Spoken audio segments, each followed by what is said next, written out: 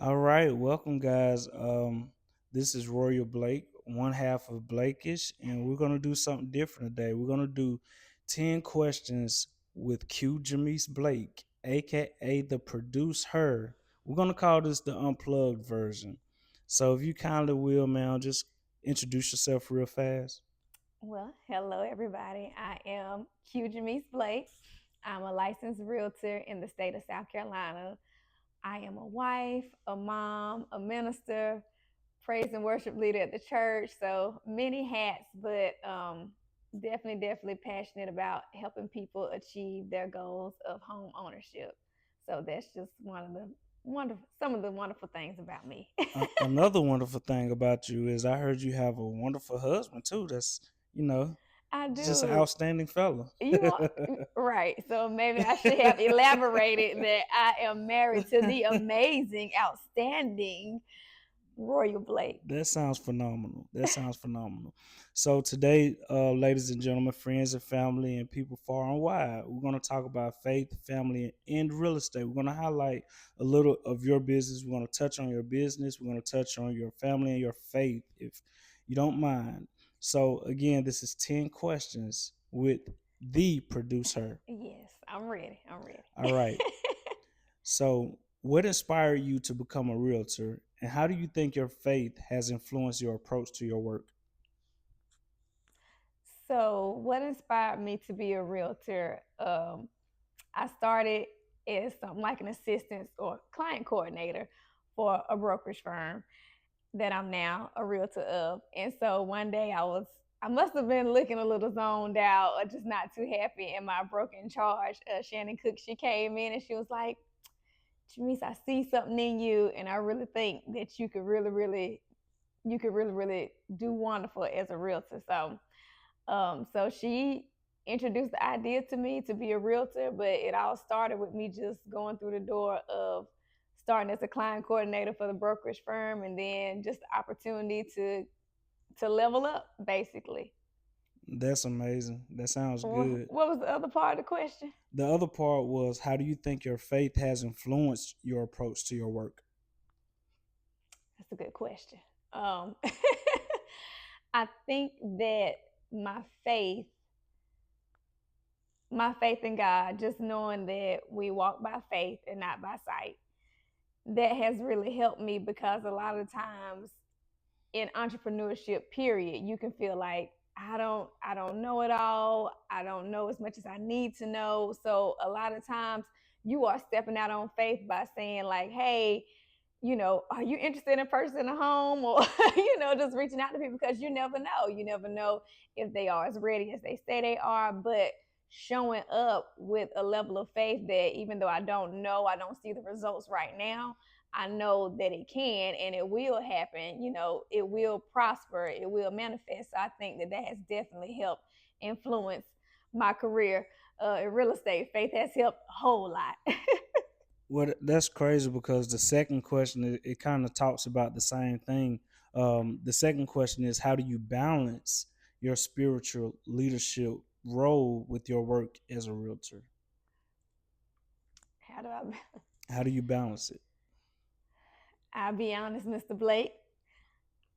I have somewhat just torn down um, this idealistic thought of just having balance in general. I just don't necessarily believe that, not that it's not possible, but when you are just trying to pursue something that just trying to balance, I can honestly say that there is no real balance. It might Okay. not be, the best answer, but in all honesty, I can't say that I do balance it. I just know that when I'm just in that, when I'm needing to hear from God, when I'm very intentional about taking the opportunity to be in God's presence and to show up as a leader. That's just been something that I've been anointed to do in the kingdom. So I show up as best as I can, but to say that I balance it, I can't honestly say that I balance it. Okay, well, I think that's something I believe you have as a work in progress, and just looking from the outside in, because I know you, that is Yeah. something that's on your goal board to work on, to Yes, balance the leadership, because it it can is. be hectic at times. And just, when you throw that word out there, leadership, you can't throw it out there just willy nilly. That's Right. a huge factor in a part of life when you step into a role of leadership, is being a leader. So I definitely understand, and I know you're working on it. Well, thank you, Sugar Bear. All right, question number 3. What's the most rewarding part about being a mom to our 3 boys? The most rewarding part about being a mom to our 3 boys, for one, they are our 3 boys. I love that we have built a family together. So I think that is just absolutely beautiful. I think the most rewarding part is seeing how our parenting styles have influenced them, how we have come together in the skills, the talks, like just knowing that none of that was in vain, because we hear people always saying like, "Oh my gosh, your boys are so respectful. They have such great manners. They are, they know to open the door for a lady." And just instilling those things in them, they're excited about going to church for the most part. Some days it might be a little struggle, but they understand worshiping together as a family. I think that part is just so rewarding to see that the seeds we are planting are they're manifesting. Absolutely, I agree. Yeah. And you're an awesome father. Well, thank you, and you're an awesome mother. Why, thank Phenomenal. you. um, what's here? Question number 4. How do you prioritize self care and maintain your own well being in a demanding field like real estate? And it's such a demanding field, may I add. It is very demanding, so it's difficult to prioritize. But for one, I have you that helps me to cut it off. And so I think that that helps with prioritizing it, because just, if I was just by myself, I probably wouldn't be as intentional. But I definitely do, shut down, unplug, and unwind, and really just try to understand that some things it can wait. There's don't overwhelm yourself. So I don't even think like, self-care, as far as like, a lot of people think self-care is getting my nails done and, going to the spa and getting the massages, but just knowing how to unplug, that's self-care for me. Knowing when to cut it off, and then knowing that when I'm really, really amped up, not knowing how to pump it up as well. So for me, the self care part, I really do just really understanding that, okay, it's time to unplug. That's how I prioritize that self care. I sit the phone down, put on a nice movie, snuggle up close to you, Uh-huh. and that's how I do that. Okay, so the next question, all that sounds good, by the way. So next question is kind of a two-part question. So I'm gonna ask you the first part, and then I get to the second part once you answer the first one. Okay. So number 5 is what's the most common misconception people have about buying or selling a home? The most common misconception about buying or selling a home is that it is overwhelmingly difficult. That is to the point that it's almost impossible. Some people really believe that it is just so hard that it cannot be done. And so they don't even try, or they're looking at their credit and they're looking at their savings, which those things are very important, but they can be fixed. It can be worked on, and you still can achieve your goal of buying or even selling your home. It's just about tapping into the resources, the right resources, to get there. But it's not as difficult as people think. Like, we can just reflect on our experience, and looking back is like, oh, it was not that difficult. It was just that it may have challenged some things about ourselves, but it's not difficult. Just because something may challenge your comfort doesn't make it hard. So that's all it is. It can challenge your comfort, but it's not hard. It can be achieved. It is possible. So to sum it up, the common misconception is it could be challenging, but it's not necessarily unachievable. Absolutely. Absolutely.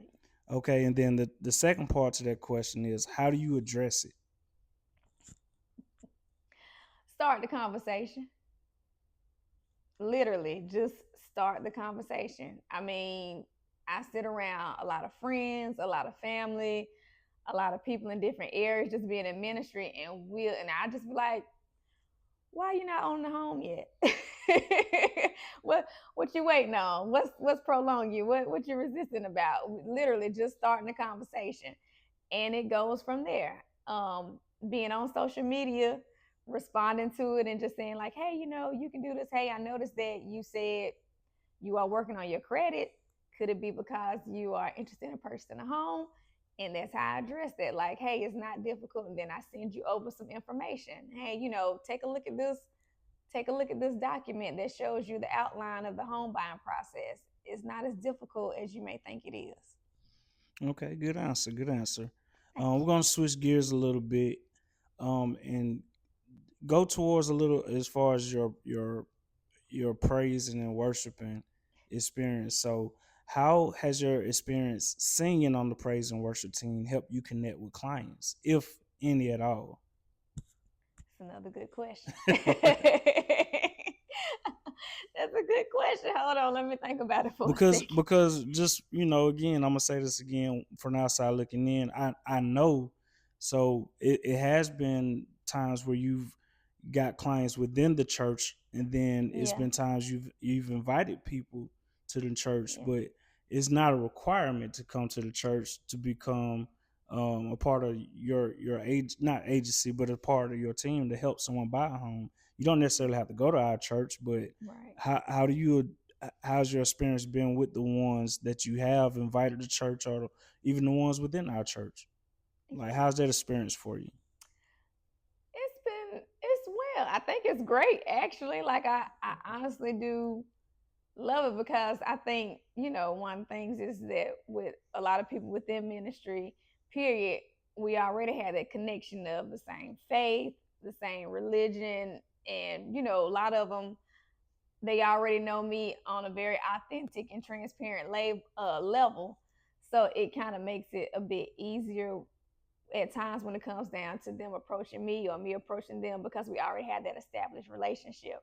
When it comes down to singing on a praise and worship team, um, I I can honestly say that there have been times during some of my clients' processes where it seemed like there was a stumbling block, there was some kind of mountain, there was something that it seemed like it was really trying to block this transaction we're going through. I intentionally sing that song to the Lord on behalf of my clients. Like, Lord, I know, like, for example, you made a way. Like, God, I know that you will make a way. You move mountains.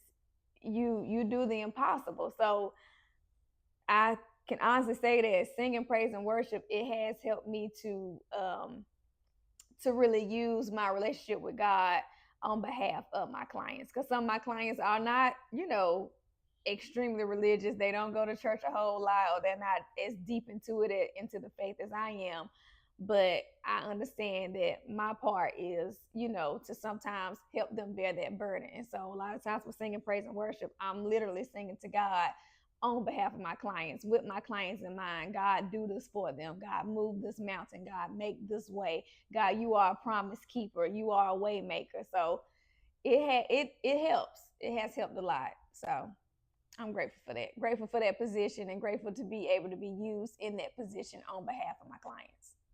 Oh, that's wonderful to hear. I think when people know that you have a relationship with God and that you stand on that relationship with God further, increases your chances of having people gravitate towards you. Yeah. Because again, when we bought our home, we gravitated towards someone that loved the Lord as well, Right. which is my godmother, E. Michelle Perry.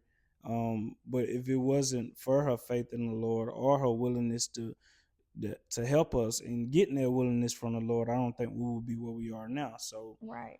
that definitely plays a huge factor, um, with just showing that you stand on, serving God and Yeah, absolutely. And can I worshiping. say this because you made me think about it? I know this off a little off from the questions and stuff, but when you said that about her, it made me think about how she wasn't concerned that we were not ready yet.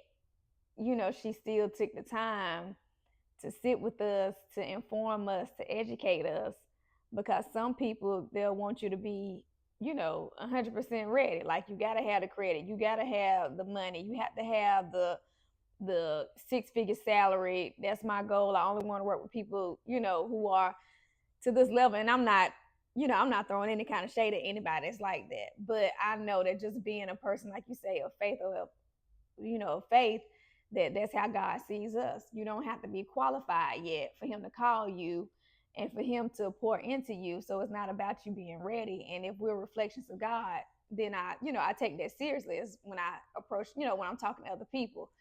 Now you definitely do need to do the work, but just that pressure or that overwhelm that people feel like, oh, I have to be ready. I have to be ready. When you said that about her, that's something that I really admire, and that's something that I would like to emulate, and I bring to my clients as well. Okay, that's good. All right. Question number 7. We're almost done with the list. So, number 7 is, what's the best advice you've ever received, and how has it impacted your career and personal life? The best response, the best response, The best the advice. best advice, the best advice are okay. I think I'm getting mixed up with what I'm trying to say. The best advice I have received, I believe for me, was don't respond. And so you have to know that it's just some things that you just don't have to respond to. Let them figure it out, or because some people will they'll take advantage of that access to you. And so instead of respecting that, hey, this person has a family, this person has a life, this person does this, it's like, can I pull on you, pull on you, pull on you, pull on you? And so you stressing yourself out on, how do I answer these questions, how do I how do I approach this, how did I and the best advice I received was, don't respond. And it has helped tremendously. I can see that, Yeah. and I agree. And it kind of goes into question number 8, what I was going to say next, but I'll wait till you're done answering question number 8. Well, no, I'll go ahead and say it now. We're dealing with, in real estate, in which you have personally dealt with some unruly, very rude and unruly people. Um, how do you handle stress or the pressure, and what strategies do you use to manage it? Yeah, you're going to meet different personalities. So that's something that I anticipate. Just know, now some things, no, some things might catch me off guard, but you anticipate the friendliest of the friendly and the most difficult of the most difficult, and it don't even have to necessarily be your client. I've had it where it was just, I'm representing the buyer, and on the seller side, the seller was just like really, really just rude, and and just really taking us through. So that's something that you anticipate, just being a human being, that and you talking about a lot of money. So it can get super stressful. It can, the pressure, it can kick up. But the best way that I deal with it is I typically reach out to a colleague. I do. I take a second. I'll be honest, sometimes I might not even pray about it first. Sometimes I'm calling somebody like, so and so, so and so, have you ever been through this? And I'm trying to, lay out the scenario to them. And when they're like, yes, I've been through it, this is how you handle it. I mean, it helps. Like, you really do have to have a village of other real estate professionals that you can lean on when you are in one of those stressful, high stress situations. So that's the best way that I handle it, is by definitely communicating and reaching out to another colleague and just getting some advice on how to deal with it. And then that helps me out a whole lot. Okay, cool. So, question number 9. How do you think being a preacher's child has shaped your values and approach to your work? Because you are a pastor's kid. I Your am. mom is Pastor Brenda Stover. Hey, Your dad mama. is a minister, James Stover. Hey, daddy. Your brother is a minister, Hey, brother. Pastor C.T. Kirk. So, how do you think being a preacher's kid, sibling, grandchild as well Yeah. shape your values and approach to your work? Where you getting these questions from? It took me. You know what? I never thought about that. But being a preacher's kid, I know that for one, you can't look any kind of way. So I think just even with how we present ourselves, in thinking professionally how I have to present myself because I am, a brand. That don't mean that you won't catch me in some sweatpants and a t-shirt every now and then. But being a preacher's kid and knowing like, you got to show up. My mama up early, combing the hair, brushing the hair, setting out the outfits, getting us ready. I can say that part definitely does help with just image wise of how you show up and show up looking professionally or just showing up looking well maintained. My values, um, oh my goodness, being available.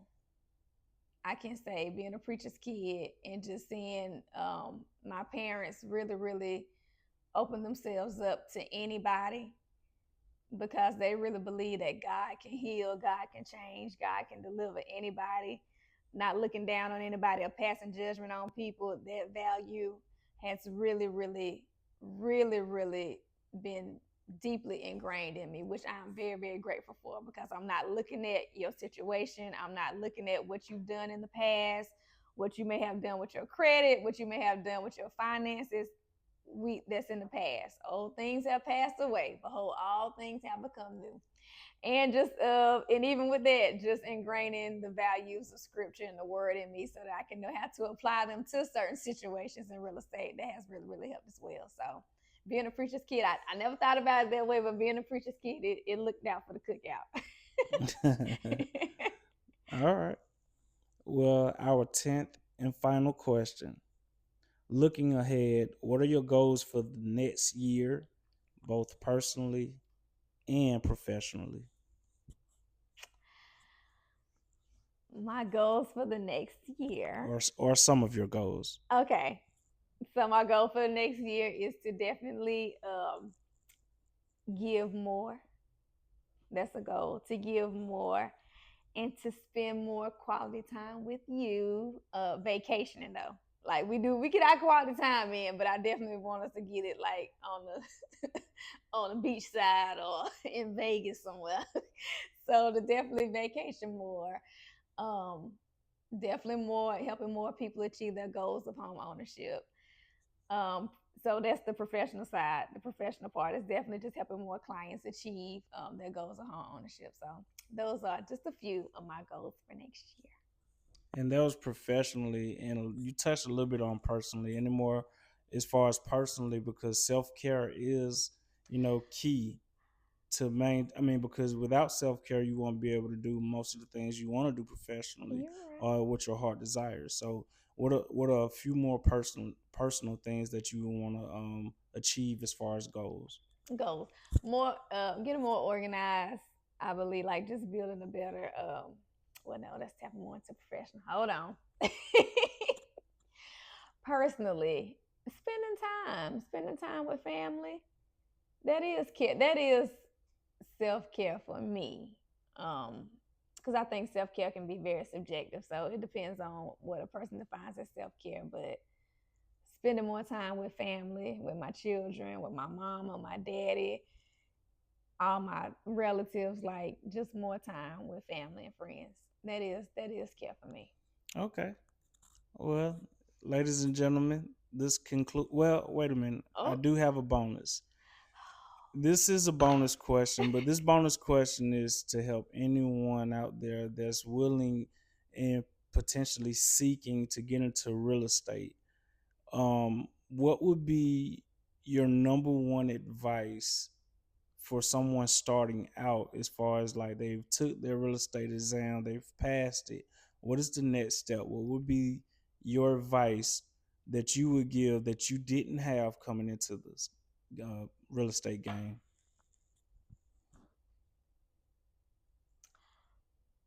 be Be intentional. Be intentional. Be prepared to feel overwhelmed, but give yourself grace. Do not compare yourself to anybody else. Just don't do it. If you don't, their race is their race, your race is your race. And be okay with who you are, what you bring to the table, but definitely know that you bring value. Hands down, you bring value. So don't compare yourself, don't get caught up in comparing yourself to anybody else, because it can literally just overwhelm you to a point to where you're like, I don't add up, I don't measure up. So do not get yourself caught up in comparing yourself. It is okay to unfollow, to block, to do whatever you need to do to protect your mental space and to keep yourself focused. And one more. I know I said that was the last one, but I'm thinking because that was professionally, but as you are a mother of three, what would be some advice that you would give someone, maybe a single mother or a mother and a wife? Um, Maybe you could touch on both. I know you don't have the experience of being a single mother, but maybe you could touch on it from just looking and seeing peers that's in the same business as you are in real estate. What would be something that can help them thrive in this business? What could help them thrive is utilizing what's in the house. So knowing how to delegate, like for example, hand some of those chores and those things that you would normally do, hand them to your children, hand them to your spouse, your partner, if you have one. If you don't, it takes some work, but delegate some tasks to your children so that way it's not too much on you, because everybody is going to benefit off of the prosperity of your business.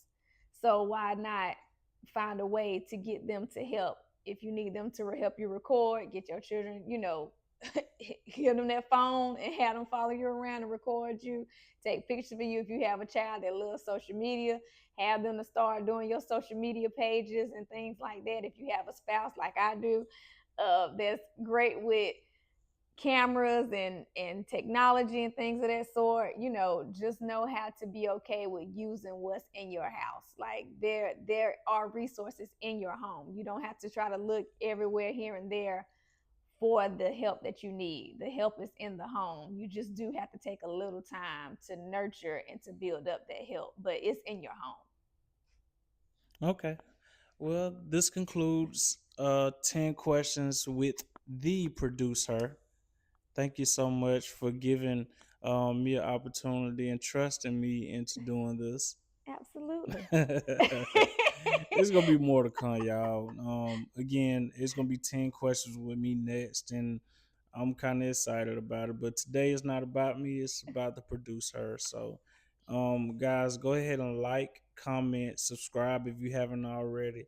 Leave a nice, genuine, loving message. Please.